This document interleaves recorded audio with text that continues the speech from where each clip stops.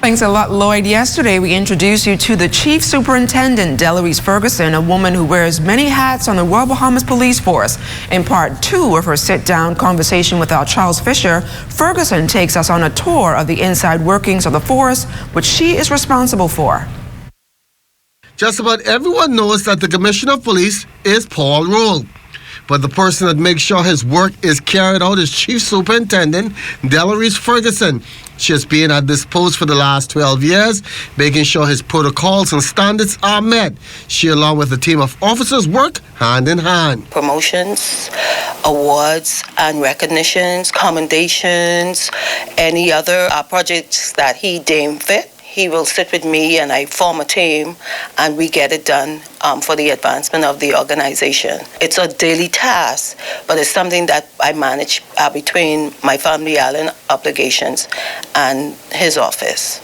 She is also the Chief Protocol Officer. Every time we have a military funeral, that officers are there to make sure that order is in place.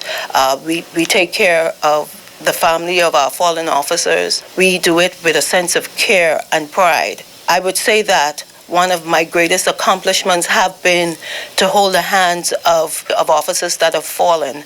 And so that is what protocol is all about, just setting in order the Commissioner's standard. Well, it's a volunteer basis kind of thing, but whenever we are called, we respond to duty in a timely fashion. Officers are all over the Bahamas, and making sure the family islands have their full complement is of paramount importance. To be quite honest, we have a lot of officers that come to headquarters on a daily basis wanting transfers for various reasons to the family islands.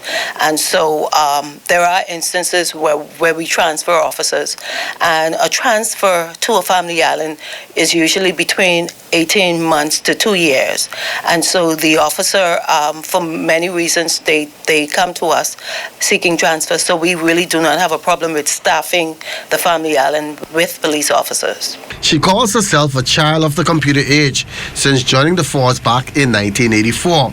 Back then, Commissioner B.K. Barnaby brought computerization to the police force around the end of 1988.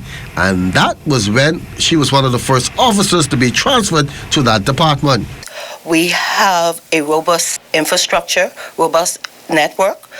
All of our stations, whether in New Providence, local, Grand Bahama, our second city, Abaco, and even as far as Inagua, all of our stations are linked by way of our network. What I see here in Nassau, the officer in Inagua can see in real time.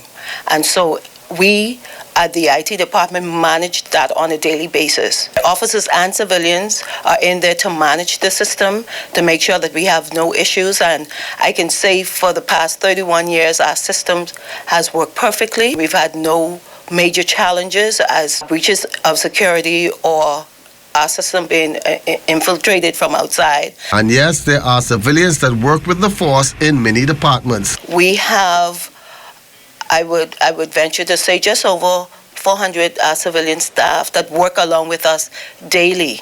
Our civilians play a pivotal role in what we do here in the organization, and I dare say that we can't make it if we did not have them. We're privileged to have very good civilians among us.